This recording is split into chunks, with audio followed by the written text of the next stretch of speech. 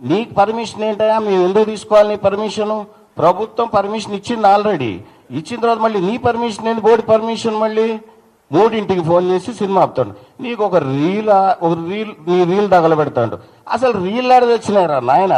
ఎప్పుడో పోయినది జమానాలో. నువ్వు పాతకాలంలోనే ఉన్నావు.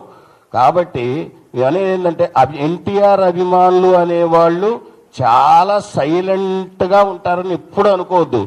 కానీ మా ఓపికకు కూడా ఒక సహనం అనేది ఉంటుంది.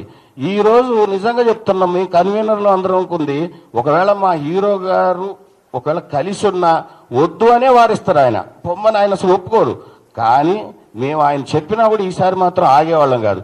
ఇక గుర్తుంచుకోండి, చాలు 25 ఏళ్ళు ఆయన్ని ఎన్ని రకాలుగా ఇబ్బంది పెట్టాలనో ఎవరో ఒకడు తల్లా తోక ఉండదు. వాడు 5 ఏళ్ళు ఉంటాడు, తర్వాత పీక్తాడు. ఎడిపోతారో వాడికే తెలియదు. వీళ్ళందరూ మోపవుతారు. ఎప్పుడు వీడిపోతే ఇంకోటి వస్తాడు, ఇంకోటి పోతే ఇంకోటి వస్తాడు. ఏనా ఇదంతా?